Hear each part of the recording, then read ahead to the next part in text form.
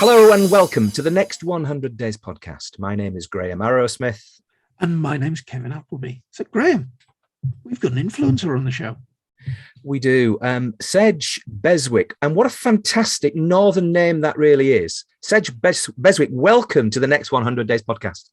Thank you. Man City fan too, where the Beswick grounds are. Ah, wow. Well, I mean, it's not Man United. Yeah, at least it's not Man United. So basically, do you think you're going to win the league this year? Why wouldn't we? You've settled into the new Man City, haven't you? Let's face it. But I was mascot age 10 when we were at Main Road. So I see. A glory hunter. I am, old school. So most people who've got a calculator can actually work out your age now because they left Man City about 40 years ago. So, what kind of, no, seriously, it's a great football club and one that we enjoy losing to on a regular basis at Ellen Road, but don't worry about that. Anyway, today we're going to talk to you about influencing because frankly, we need a bit. You run a company, is it called Scene Connects? It is, yeah. Good start. Well, it is because we're legendary for not doing research, but we've done enough to be dangerous. And but Scene Connects, you came up with that name, presumably. I did. I probably could have come up with a better name, but I have a holding group. I'm part of a holding group called Captivate, and two of their other agencies were Scene Something, and so I decided Connects on the basis of we connect brands to their customers. Yeah, I mean, I don't know about you, Kevin, but I did notice on your LinkedIn this week that you were bragging about being in New York and places like that and stuff. So you actually... I'm not sure if I'm bragging. I'm knackered. Everyone is like, oh, you're in New York for a couple of months. You traveling's brilliant. And it's with work. And I'm like, no, it's with work. So I'm chained to a laptop 24/7. I don't know what New York looks like. Yeah. My experience of traveling with work is you end up seeing airports, hotel rooms and office blocks and not much else. Yeah, that is literally it. Do they love your accent over there in New York? They do love a good British accent, yeah. Yeah, I mean, I can imagine that. I mean, I years ago I worked for Royal Mail, and we one of my team went out with the first bunch of people to sort of invade America with postal services, and they were ushered into boardroom after boardroom simply because, well, I mean, given that I used to train them, they weren't that bright. And at the end of the day, but they went straight into the boardrooms. Unbelievable. Yeah, everyone, obviously it's marketing, so different audience, but the word over here is cute at the moment. Everything is cute.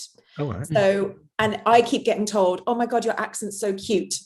Right. And I'm not really sure what I'm supposed to respond to that. So I'm like, cheers. Yeah, I think it's an acronym, but I'm not bright enough to come up with one so quickly. But I'm hating that if that's the new American expression. I'm already over sick of when they decide to make everything awesome. Awesome. Oh yeah. Then when they decide to introduce the single collective noun for just about everything as being a bunch of. Right. I can get my head around a bunch of flowers, but I cannot get my head around a bunch of water. But I bet the bunch of flowers is cute. Probably is. The one that I find more difficult is particularly in restaurants, and they'll say, "Guys, do you want to come to your seat?" And my wife don't particularly like that, because she don't see herself as a guy. But I know it's a younger thing that they're not that bothered. But I mean, just one of those things.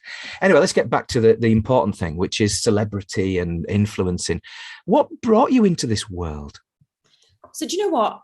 I haven't done anything other than be in this world. So I, back in the day, worked for Red Bull.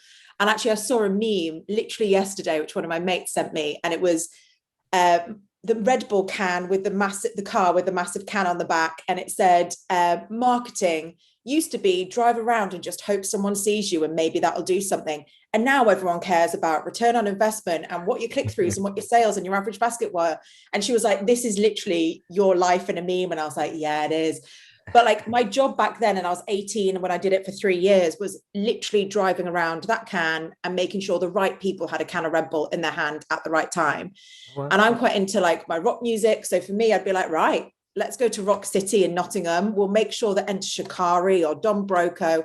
I'm sneaking in through the kind of exits and they'll have a can in hand as they go on stage. So then all of their press shots were then with a can of Red Bull in hand. Now, you probably couldn't get away with that as easily as you kind of did then. And also, I'm not sure I was as brave and confident as I am now when I was 18. And yeah, like from there, I went to 3, worked in tech. Same thing. It was then tech influencers writing reviews, YouTube reviews, blog reviews, giving them handsets before they were released. ASOS for 5 years and kind of doing the same thing within social. And then I always say the agency is a happy accident. Like, I'd love to have this story about how I'm such an entrepreneur. And from the age of 4, I had this vision of what my agency would always look like. And that's bullshit. I fell into it. I absolutely love it. The business has been running for 6 years. And thankfully, it's gone from strength to strength. Oh, that's good. And what does the agency actually do? Yeah. We help brands, and we make sure that brands are shit hot when it comes to influencer marketing. So we do anything from celebrity through to influencer, and we would come up with a creative and we would manage that from end to end for them. So we do a lot of archetypal alignment.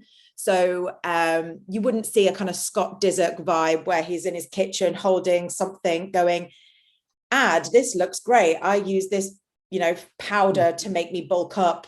And everyone looks at it and goes, oh God, another Kardashian paid a couple of $100,000 for something. Like, for us, it's much more around focusing around the creative, making sure, it's the type of content that you could see on TV back in the day, above the line when you're walking through Shoreditch in the kind of box park wraps. It is unbelievable content. It just happens to be influencers, celebrities doing it for the brands. When Marcelo Bielsa did his press release, he had a little guy next to him to interpret the language. Do you think you could employ him? Because you're using so many words. I mean, you could make all kinds of celebrity names up. I wouldn't have a clue who they were. And you're talking about Shoreditch. I've kind of heard of that, but you have to dumb yourself down on this podcast. Well, at least for me. Kevin's a little bit brighter, aren't you? You talk about that guy that was standing next to Marcelo Bielsa. I mean, Marcelo, as you probably know, Graham, speaks perfect English. Well, that was just to give him some thinking time to answer the difficult questions. Maybe. But okay. So let's go. The kind of client that walks into your door. What kind of problem do they think they've got? It honestly varies. So our clients are like Nike, Panasonic, eBay, and it could be we want to drive awareness of our brand, or we want to drive awareness of a new sneaker launch, and then it could be we just want to drive as much cash as humanly possible through social. Yeah. And so our approach, and again, coming back to my kind of meme I mentioned, the data we do is not a kind of one size fits all. No. We would really tailor what the creative is and then how we measure the success based on what that brand wants up front. Right. And obviously everyone on earth has heard of Nike. Yeah. And so then we've done some really interesting stuff where we've taken like grassroots emerging influencers. We've produced unbelievable content for them. And actually it's localized to this different Nike stores, so that when, you've got somebody who's got 3,000 followers who walks into a store in, Wolverhampton going, what? Like, that's me. Yeah. And then we can measure the kind of footfall. We can measure what silhouette of trainer they were wearing and the impact that then has in each of those stores. And, then we can do anything from Nike to, we want a strategy for our young athletes, which is their like 10-year-old age range. How do they consume YouTube content? So, Nike has completely different challenges to very.co.uk, which are ex-catalog. So they want sales. Yeah, of course. Yeah. There's some very clever placement going here, you'll note, Graham, that we're talking about Nike, and notice the logo on the sweatshirt. Yeah, I'm a loser. Everything I own is Nike. Your hair's covering it up, but we saw it earlier. But I'll get a haircut. Don't worry. I don't suppose you'll be paid any more, but for wearing the green Nike shirt. Oh, it's quite a nice jumper, isn't it? So, but what I would say though is that they come through. They're big brands. They come through. Their marketing people, they're reaching out to you because they don't feel that they can do that themselves. One, I think you can call that with any agency that does anything, right? But I think a lot of it comes down to the speed that you have to work within the influencer space. And again, the bigger the organization, the slower the internal processes are. Mm-hmm. And the second bit would also be to maintain and build relationships with influencers. It is a lot of back and forth. It's a lot of TLC, and they really need looking after. Yeah. And our expertise can also come into play when it comes to like the negotiations, the contracts, the legals. Yeah. So it's also just making sure that one, we can allow them to move quickly, and two, the stuff that takes a long time, that isn't allowing them that thinking brain power to kind of think what's next for their business, we can kind of take that for them. So do you pick the celebrities? Yeah, so we have an influencer division within the team. They're far cooler than I am. Okay. And they all know, based on each client, all of the archetypal work, like who is going to be best and who's going to perform best for each brand and each brief that we receive. Wow. I mean, I can imagine you'll be signing Kevin Appleby up in no time. Kevin, you're available. Well, I am, and I've always thought that I should actually be paid for wearing all this Ralph Lauren merchandise. I was going to say, you're talking a good game with me and Nike. And I always refer to them as my sponsor, but no, has anybody paid me any money? No, I've paid them a lot of money. No, I know it's the wrong way around. So if you had it's a bit like which child do you love the best? But I mean, that would be Sophie. No, that's not true, lads. It's not right. But seriously though, how do you pick? How do you pick the sort of celebrity? I mean, if I was Very, for instance, I mean, it's a slightly different demographic, presumably. And who do you pick? Is it Philip Schofield? I mean, what is it? I mean. Yeah, so we'll always do a bit of an immersion piece with the brand to like understand who their customer is, who it is that they're wanting to target. And it's the same way that you would think about paid media or building out your CRM database. Yeah. So you know who it is that you're targeting. And, it could be a 45 plus male who lives in Yorkshire, and you can get down into that level of like where their audience are based, what the average income is of the following. Sure. So, we're talking to a new app that's out here in New York, and they're only in New York currently. That's where they're road testing. Right. So they came to me and said, influencer marketing doesn't work. And I was like, right, can I see your database? And I was like, cool. The first person, 1% of their following's in New York. Your second person, 3.7%. And I was like, it's not working because you're actually advertising in Los Angeles and in all of these other states where your service isn't available. And it seems really stupid when you're like in my bubble, but again, it just takes someone to look at the data and to know that data is accessible and it's there to go, right, okay, so actually we need to look at the demographics to make sure we're targeting the right audience in New York. So the team would always start there, and then they would always profile who and what they're looking for, diversity and inclusion from a database perspective, and making sure, again, that if you're, to use your example, if you're talking to a Very, that it's not just, a mom with 3 kids who lives in Liverpool, you're actually making sure that you're looking at that customer data and making sure that when they see that content, they can relate to it because they feel, I could wear that, and it might be down to size, it might be down to family, it might be down to the way in which they live and their home is, but that's kind of the expertise within the team around, again, that like archetypal piece of who is going to engage best with that audience. That's a really good answer. It's you could almost say that it's a direct response answer as well. I mean, it's something that, in my business, I'm very focused on direct response. And so I kind of choose and use media, which are all about delivering responses for the clients that I engage with. So, but in your case, you obviously have that sort of awareness thing as well, and you can measure your impact in different ways. And it's almost like you can get away with it because it's got a brand advertising. But then you've got the likes of Very who say, how much money have you brought in this month? So it's quite a challenging set of skills that you've got. You can't rely on one particular way of doing things, can you? Exactly. And that's what we have. Obviously, I think there's every agency under the sun now says they do influence marketing in some capacity. Oh, right. But it's the ones who are like, when you work with influencers, you get these 2 results as an output. And you're like, well, that doesn't work. Yeah. Because and actually each influencer can deliver something different for the brand. It could be someone is great at building the following. It could be that someone else is delivering the traffic. And you might be delivering traffic, but not getting the conversion rate. So then it's also looking, and it's way more fun when you get to kind of do the D2C piece and you really get all of the data to really start analyzing each individual influencer based on what they're delivering. But yeah, exactly what you're saying. It's complicated if you're doing it the right way, but that's when it's fun. Oh wow! And people, it looks like is it Brooklyn, New York? Are you in the main bit? What's it called? Manhattan. We're in Brooklyn. You're in Brooklyn, so you're in the kind of working class area of. I like to stay with the cool kids. You're the cool kids. Yeah, I like it.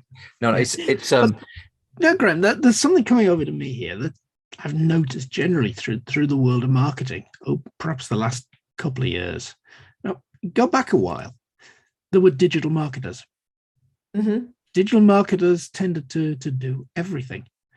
These days, there are a few agencies who would claim to kind of do everything, as we just mentioned, then probably do nothing particularly well. But these days, you've got so many specialisms where you need depth. Yeah? You'll find some folk are just social media, some folk are just email, some folk are talking just influencers. And I think that's the trend that I've really noticed emerging in the whole field of marketing over the last couple of years in particular, that the deep specialism. Yeah. And I think why it's quite difficult because my background is always brand side. And then I came to the obviously agency side, and I look at brands, and first off you go, Jesus, you're working with like 15 agencies. But then you look at a brand that works with a big network agency and you're like, oh yeah, everything you do is all right. You get content out, but you're not an expert at anything that you're producing. And then exactly to your point, you kind of disengage, you switch off because it's not the stuff that is standing out that's driving the impact. And equally, when you look at how they would measure a campaign success, you're like, oh, you've like scratched the surface there of what you really could be doing. So, and what often we work with a lot of other agencies that might be specialist in different areas too. Yeah. And what tends to happen is the client will say, right, you're the lead client for this. And then the other agencies can feed into you. So it might be PR, or it might be whatever it could, traditional social. Sure. And actually the client still has one person to speak to, but then you've got your specialisms that are, and then when you pull together the kind of magic part, which is showing how it all works together when it's truly integrated and you've got that specialist resource, the difference is there. You recently came about as one of the top places to work this morning. Yeah, you're hot on your knowledge. I I do my research, unlike Kevin. I mean, he just lets the side down. He never does any research. But but seriously, you're actually in Campaign's best places to work for this year. That is fantastic and well done. Thank you. Yeah, it's good. It's a good thing to wake up this morning. What is it the best place to work? Yeah, exactly. What is it about it? Well, why?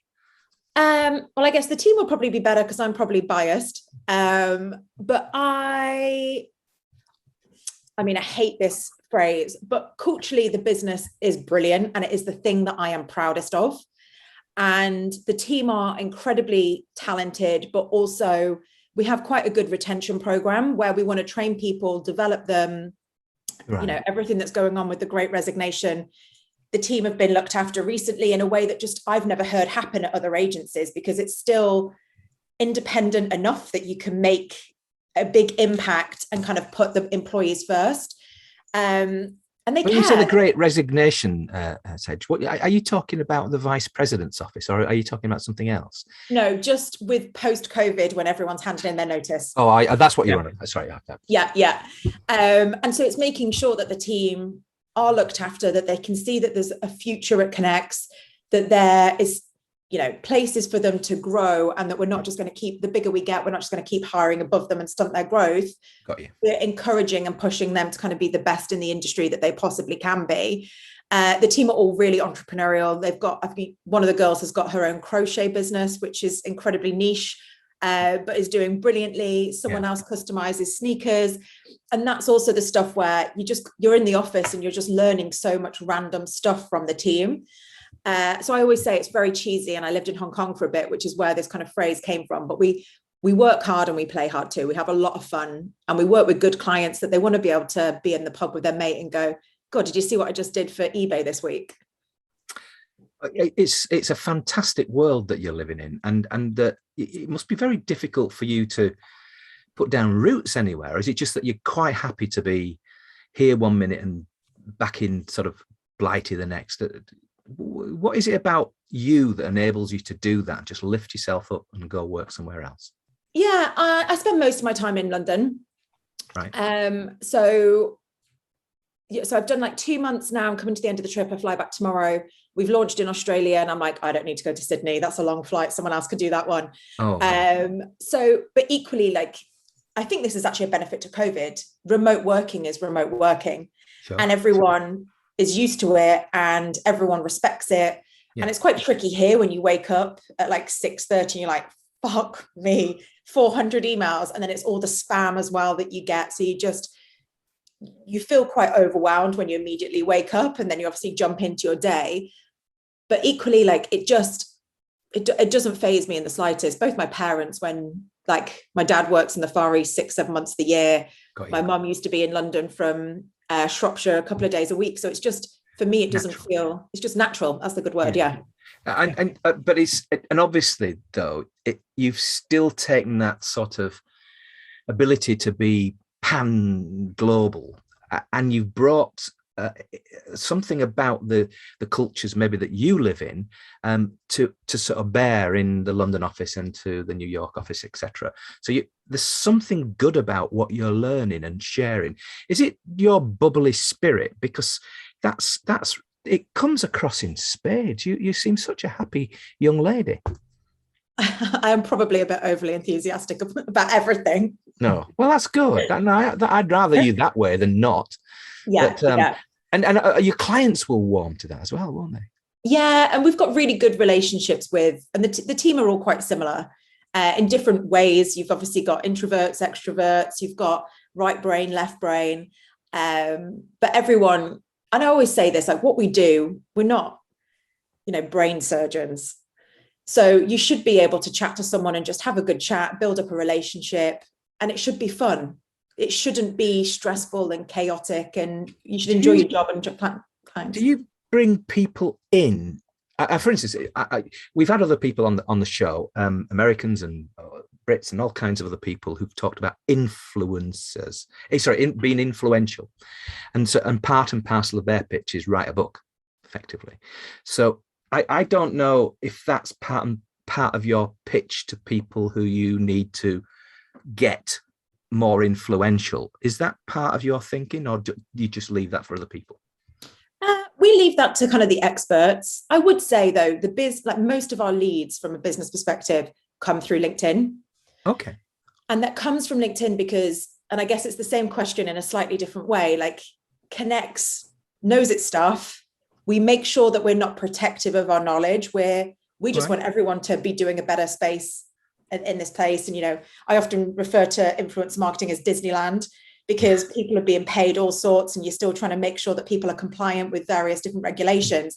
And if we can educate people and make sure that that's being done the right way, that's a benefit to me in the wider influencer space. So, and I think subsequently the knock-on effect is that other brands see that and go, oh, Connects knows their stuff. And to your point, they're influential within the influencer space. We trust them. We'll kind of give them some work to do too. So most of our big clients have all come through LinkedIn. That's amazing. I bet you wouldn't have guessed that, Kevin. I would not. I mean, I'm LinkedIn's biggest fanboy. Yeah. I'm probably number 2 from that point of view, because they're my marketing tool as well. But we've talked about some big brands. Mm-hmm. Where in the scheme of things does your type of work start? What's the smallest company that you would deal with? We've actually done some charity work, so we've done it pro bono. Oh. Yeah.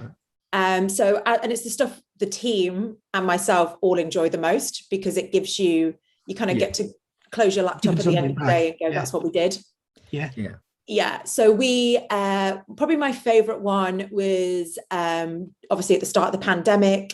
We worked with a platform called Kindred, which is a charity-based platform, and they created NHS t-shirts. You probably saw them. Right. There was the big rainbow on the front saying thank you, and we said, yeah, we'll do that pro bono. And we had everyone from Tom Daly, Amanda Holden, Gethin Jones, Wayne Bridge, Frankie Bridge in these t-shirts. God, I can't remember the numbers off the top of my head. A lot. It was millions, Wow. that we have revenue that was made that then all went through to the NHS. And so we tried to make sure that we do that pro bono piece. 1, because it works. Yeah. 2, it gets to we get to make an impact. And I think that's the most important thing of, like I said at the start, we're not brain surgeons, right? So are you doing anything currently? Because the world events, when we're recording this, there's a war going on in Ukraine. Are you doing anything in particular to support that? We're not doing anything of that scale. The business has made donations to different charities in Ukraine that we haven't publicized. It's just the right thing to do. Right. And supporting different influencers that have got their various different charities that they're promoting as well. There's not a reason why we haven't done anything on a significantly larger scale. I think as well, sometimes it's just when those opportunities arise to really do something that is going to make an impact. And also my thing is doing it for the right reasons, not to do it to say, hey, look, we've just done something over here. I couldn't agree more. I like it that you've done it and not publicized it. I really struggle when I see every agency under the sun saying, can you please just take 5 minutes to look at what we've just done here? Well, I'm a trustee, and I glibly said last night, we should raise some money to buy guns, and of course, we can't possibly do that. I wasn't being serious, but the point is, what could you actually do to help the people of, and you would want to help the people of Ukraine rather than the Russians. We have to be careful about who we choose. But the point is, what do they need most? And well. But that was poo-pooed, so I went back into my corner and weep for a minute, and then so when the Russians invade Silsden, there'll be no guns. No, but there'll be an awful lot of farmers with some severe pitchforks that will be coming at them, and all kinds of other, and plenty of sheep and actually, there's a few women in town who you really wouldn't want to brush up against. Honestly, they're scary. In fact, they should ship them out to Ukraine. It'd be all over in 5 minutes. But no, seriously, I going back to, you mentioned a number of celebrities. What is it like dealing with celebrities? The honest answer is it varies based on each celebrity that you work with. Yeah. There's some fun stories of my 6 years in the agency. I would say 9 times out of 10, they're human beings. It's easy. A job's a job. It's fine. But there is always, we had this is a very random, but one celebrity had a rider where someone in my team had to play Monopoly with them before they went on stage. And when you see those things where it's like celebrities later down the line talking about, I just took the piss on my rider and just thought I'd see what would they do this, and you're like, is this legit? And yeah, it's a thing, helps from a mental health perspective, focuses on something other than the performance. And I often ask the team, I'm like, what's the weirdest thing you've done with your job? And that one always comes kind of background. The other was ordering mankinis for Jack Whitehall and his dad. Oh, well, Jack Whitehall I can get, but his dad maybe not. Well, I think it was more so he could open it and see his dad's face, that they had matching mankinis for a reaction-based bit. Yeah. And it was some poor girl on her first job, 22 out of uni, and was like, yeah, it's quite a weird job that I've got here. I've got to say, I had a very small brush with that sort of world, but I worked for a very short period of time for Kate Garraway and her husband Derek Draper. Derek, of course, you might well know, has been very ill with COVID, and has probably suffered as much as anybody has with COVID. Derek actually was a previous guest on this podcast. We really enjoyed his company, but they had a little business called Goodie Pass, and they asked me to work with them for a little while, and things moved on. But basically, that was all about celebrities. But I have to say, bringing celebrities into various events. Anyway, the thing about it was, it wasn't ultimately a success for them, but nonetheless, it was just the idea of actually dealing with celebrities at the time, completely new to me. I've got to say I was probably slightly skeptical, but having met Kate, and she was just the nicest person. Yeah. Sit down and chat, and just like we're doing now, and she's just a lovely woman, and she's had such a hell of a time in the last few years. And so, you just hope for the best for them and their family. But deep down, they're all people, aren't they? Exactly that. Exactly. And you want to give them actually, have fun with them, because frankly, what's the opposite? But actually, presumably, if you're having fun, so are they, and then basically they'll end up performing better for your clients. Exactly. And I forget sometimes, it might be that we do a shoot and we go for a beer afterwards, or and someone's screaming, running after them, going, I need a picture, and I'm like, oh God, I forgot. Because in my head, I'm not going, oh God, today I'm with such and such, and this is going to be so exciting, and I can't wait to tell my nan, but actually the one that I did meet where I did immediately was Shirley Bassey, and my granddad used to be like her biggest fan. So I was like, you're gonna have to help me out here. I am gonna have to send a picture to my granddad that was on the mantelpiece. Yeah. Oh, that is fantastic. I mean, Shirley Bassey, I mean, she's right up there, isn't she, with the best? So, I mean, if you had to put them, Shirley Bassey notwithstanding, if you had to sort of rank one or two of the celebrities, you know, the sort of ones that we'd all know about. God, if any of the others listen to this podcast, I'll get in trouble. No, loads of them don't.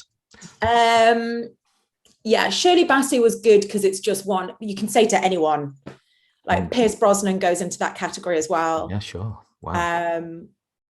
Although you weren't allowed to reference James Bond at all. Right. So that was interesting. And also everyone wants to mention that in some way, shape or form, or ask a question and you're like, no. We recently did some stuff with Lewis Capaldi, and he is just hilarious and very, very fun. Sorry, I've missed popular culture for the last 10 years or so. I just Roberto Carlos last week. Footballer. Yeah.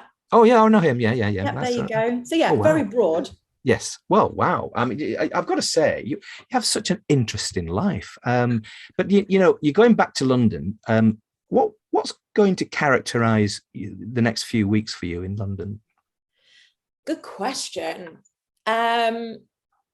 I mean, I'm coming back to absolute chaos because I decided to renovate a house at the same time and hadn't really thought about the fact I've got nowhere to live as of tomorrow when I get back home. So I think chaos would probably be the word. But mainly I'm excited to get back to I get huge FOMO because the team are off doing various different shoots. There's 55-ish now in the UK office.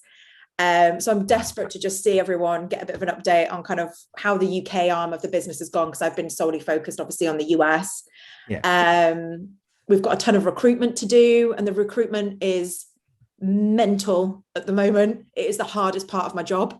And tell us how, because down at the charity, we're just about to recruit for a marketing type person who, and you know, I have an idea of the type of person because I recruited the last person, but basically, what kind of things go through your mind when you're trying to recruit somebody for an influencer agency? Mm-hmm. The main thing is we do work really quickly as a business. And so we always do employee and client surveys at the end of each year. And like last year's was unbelievable.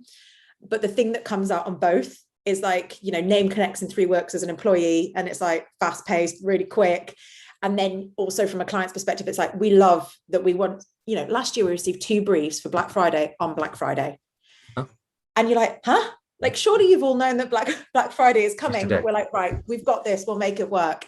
And so it is this speed and autonomy to which social can change so quickly, the platforms, the algorithms, and being able to adopt and shift and change. So, and some people, fast-paced environment, thrive in it. Right. Other people, you know, that's not the space and place for them to kind of work in. So a lot of it is like what works for connects. Again, someone who's got the hustle, but I just think passion for this space too. You do not have to be an expert in influencer marketing. Although I've done it for, 13, 14 years, it wasn't really a thing when I was doing it. I didn't realize what I was doing. And so my thing is like, we know our stuff. We can train you and make you experts within the influencer space, but always make sure you're hiring someone that is better than you at something. Oh, for sure. And is there a difference between the New York crew and the London crew? In what's in terms of like the team structure, or in terms of like? I was thinking more about personalities and the ability to do the things that you've just talked about. Well, just generally speaking, Americans are far more confident than Brits. Right. And everything a Brit would do is like, and I do this all the time, just self-deprecation. Whereas the US, you know, you at school, you were doing a ballet class and you came last and you get a certificate and a medal and told that you're wonderful. So I laugh to the office. And you see that one on Kevin's wall there behind him. And honestly, Blue Peter badge. He's not going to take it down. But sorry, go on. No. But I always say to the team over here, I'm like, especially when I'm going into meetings, I am meeting the most like passionate, enthusiastic, confident people. And everyone I've met is the best at their job. And so it makes it, and obviously that's clients as well as other stuff. And so there's definitely cultural nuances that are completely different office to office. Yeah. And then obviously you've got Australia where things are like super slow and you just chill out and it'll get done when they're back from the beach. And entertainment is different too from a client's perspective. Over here, everyone wants a dinner. Like, I can't wait to not eat because I'm like, oh, let's go for a coffee. And they're like, yeah, we'll go for dinner. Just so you know, I've booked this restaurant. And I guess it's where the UK was. And I think the UK will get back to, but UK, everyone's like, brilliant. I don't have to leave my house. I can just do a 20-minute Zoom and we can flesh through the headlines and we'll keep moving. Great. Whereas over here, there's definitely that kind of desire for the old school client entertainment and looking after and jazz hands. Yeah. Oh, wonderful. I don't know about you, Kevin, but if any of these people don't quite make it into Scene Connects, then I can imagine you've got a role for them as a finance officer, haven't you, somewhere? Well, probably, yeah. I think something that liven our place up would be rather good. Yeah, absolutely. Yeah, I think it's a different personality between being a finance director and being an influencer marketer. No, you honestly, you are a founder of this, which makes you one of the best there are. You famous Nottingham-based football manager who came to Leeds for 44 days. He once said that he was, when it came to football managers, he was in the top one, which of course is Brian Clough. And so, Sedge, are you in the top one? I mean, I'm going to steal that. Again, comes down to being British and being like, no, not at all. But yeah, I'm going to take it. It's a great expression. Yeah, no, it is. I've got to say, I use it about yours truly when it comes to, the thing that I do, because there's not many others that do it. But basically, and why shouldn't I say that? Believe it. So, but for you, I think it's richly deserved because you're creating real energy. You call it influencer marketing. Is it just marketing? It is marketing, but it's marketing through the lens of other personalities. Right. So you first of all you get the marketing. First of all, you said earlier that you find out the market. What is their market, and then I guess what do they want to do with that market? And then, like you say, through the lens of this celebrity, through this. How can they influence the goals that you have of that market? So, that's really quite clever stuff. But is there an example of where you've done that for one of your clients that you can share with us? This is where I'm bad because I always have to remember NDAs and what we can and can't talk about. But yeah, and I guess to your point around it being marketing, we still start the same way a creative marketing agency would, or if you're doing a TV ad. So we would always lead with what is the creative idea that means that this is going to stand out and resonate with the audience profile that we've built. Yeah. Obviously the client goes, happy days, tweak this, change that, off we go. Then we choose the influencer database and make sure that the who is absolutely right and again represents the customers. And then obviously the influence team go away, do the negotiations, the contracts, the legals, the fun bit.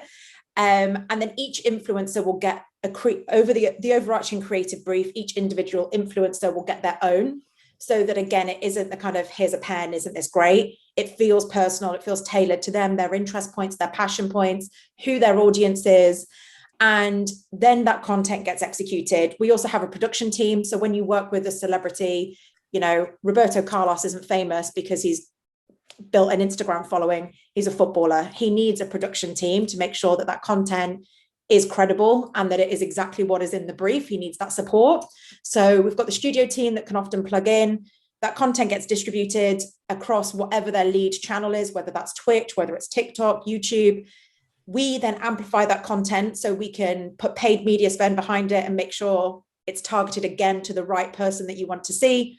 And then you get a sexy wrap report. So one of our clients who really care about the return on investment, which is our favorite type of client, they measure success based on new customers, and the cost per new customer is £3.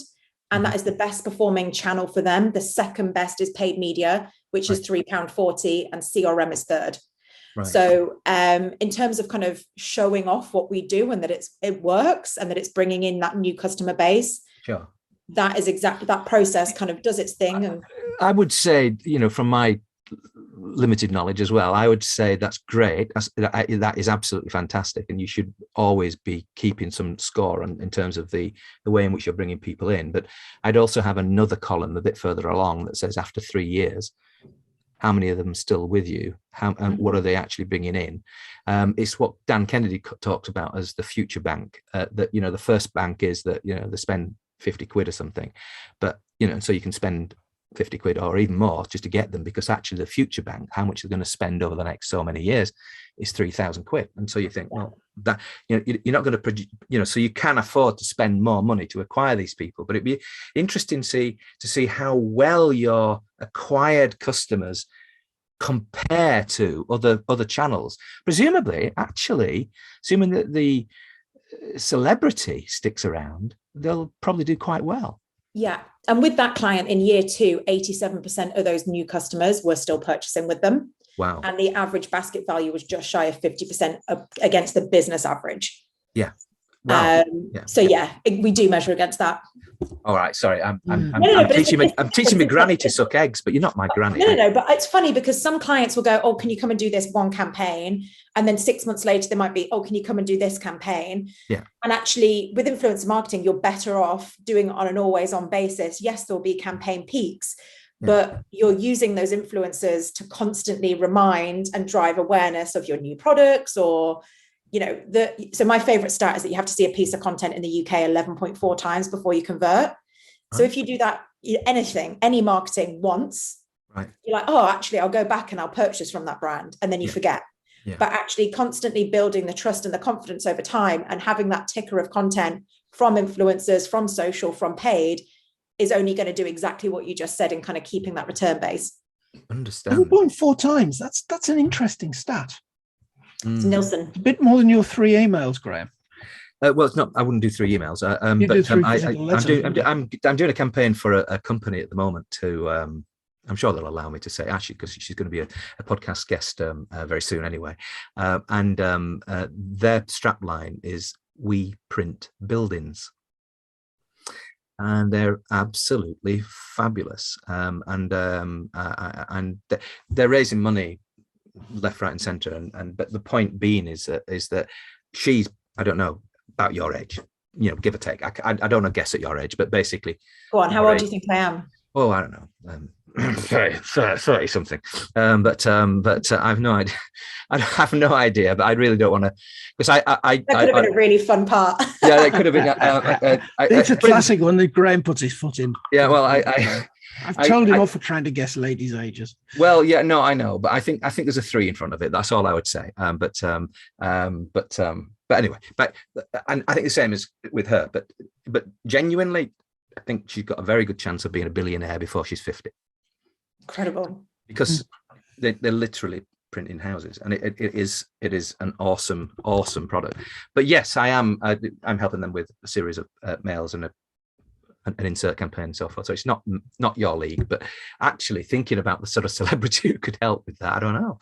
But it'd be quite an interesting challenge. Maybe I'll put her in touch with you. I'm sure that you'll be able to help her. But it is business sort of thing, isn't it? So, but anyway, it's an interesting fact to think along. 11.4 times, Graham. Yeah, it is. I'm not sure. How do you expose your brand in front of the same person 11 or 12 times? Well, I think you have to have lots of different. I mean, there are lots of other touch points that's going on without me, sort of thing. So basically, but in this country, for them, it is quite new. The whole idea for us is to target to people who are investors. So that's slightly different. But I do, it's Nielsen research. So basically, and it's and presumably big brand research. So they would claim to know when somebody's purchase then. Yes. Yeah. So I get that. So I'm not, honestly, I've heard that stat before. It does seem an awful lot of touch points. Yeah. No, but it's worth challenging, isn't it? From your point of view, presumably you're quite happy about it, because we can be 4 or 5 of them. It works great for me. Yeah. If it was only 3, then you'd be thinking, girl, be out of business. yeah, exactly. So when if you had to choose or not to choose a celebrity, if you had a celebrity you would not work with, is it, without particularly naming names, but what would stop you from wanting to work with that celebrity? So the easy answer to that is anyone who's bought their following, which sounds a lot of celebrities have especially based on where some celebrities may have found fame. Anyone who hasn't been compliant with the regulations, because we don't want to put our client at risk, even though our contracts would always state clear rules around advertisement. But equally, you don't want a headline with a lead campaign. No. It depends on the brand, because actually we have worked with a brand that was all around ex-convicts, which is kind of their USP. But obviously making sure that we've done due diligence, that the morality clause is in our contract is going to be watertight, that they don't have any controversial views that could get the brand in trouble. And equally, like anyone that would be a dickhead, you know, you don't need to. It's on the CV, isn't it? It's I am a dickhead, and you know. That's you disqualified, Graham. Yeah. But yeah, you've got plenty of celebrities, influencers to choose from. It comes back to that human bit. There's no need to be difficult or not treat my team well. Yeah. And all of those things are kind of the red flags that we make sure that my team are going to enjoy the job. In the New York, though, it'd be different. Well, is it easier for you to understand who's a celebrity in the UK versus New York, or is it just that everybody's global now anyway? A lot of people are global, but equally we've got specialist influencer teams over on the US side of the business. So they're kind of, I lean on them, and I'll say someone and they'll be like, who? Yeah. And I feel so old around the century anyway. Yeah. Whereas obviously they'll talk about their sports stars or their musicians who are kind of rising through the ranks, and the team over here live and breathe it from a US lens, but equally that lens changes state to state because the US is a beast. Whereas, in the UK, I live there. I say that half the team who are like, "Oh my God, have you listened to such and such?" I'm like, "No." Honestly, I don't know about you, Kevin, but Sedge, I could just get you to keep talking for the rest of the evening. But what time is it now in New York? It's about 11 o'clock or something. Yeah, 10 to 12. 10 to 12. Oh, blimey. So time's pressing on, but you've been an absolutely brilliant guest on the Next 100 Days podcast. Bro, thanks for having me. It was good to chat.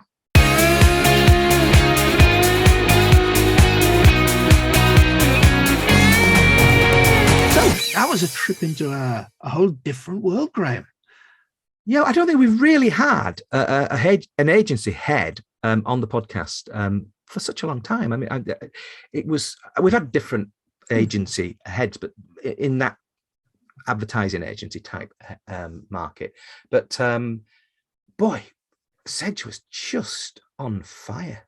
But I think two things stand out for me. Every bit of marketing these days is specialist. There's no such thing as a generalist marketer anymore. No. And the second one was that little fact there, 11.4 contacts to make a sale. That's an interesting one. So, and you can apply that, I think, to whatever size business you're in. How many times do you have to put your brand in front of a potential customer for them to start to take notice? Yeah, I think first of all, it's an average, and so therefore it's not necessarily a discrete number, is it? It's not an absolute. I've got to 11.4, right? Well, where's my customer? But I genuinely think it's because we used to talk about 7 or 8 touch points, and then now of course it's 11.4. So it is going up. It seems to be that it's going up, but I don't know if that's in proportion to the number of marketing companies that are trying to take a pound out of the advertising budget. So the fact is that it does take time for somebody to appreciate what the brand's all about, and why it fits me and so forth. But I think with Sedge, I think what she's doing is she's got a particular angle on it, and as we heard, it's quite a good way of recruiting new customers and keeping them. Yeah, absolutely, it is. Yeah. So we've learned something today, Kevin. We certainly have, Graham. That's one of the great things about keep doing these podcasts. We're always learning something. And she's just a wonderful, wonderful person. It's not surprising to me that Scene Connects in the best places to work this year in 2022. That's campaign, and it's this morning. So hot off the presses. Hot off the press. Of course, when you're listening to this podcast, it won't be just this morning. Since... No. It'll be about a month old. Anyway, today, well, I've been Graham Arrowsmith. I've been Kevin Appleby. Goodbye. Goodbye.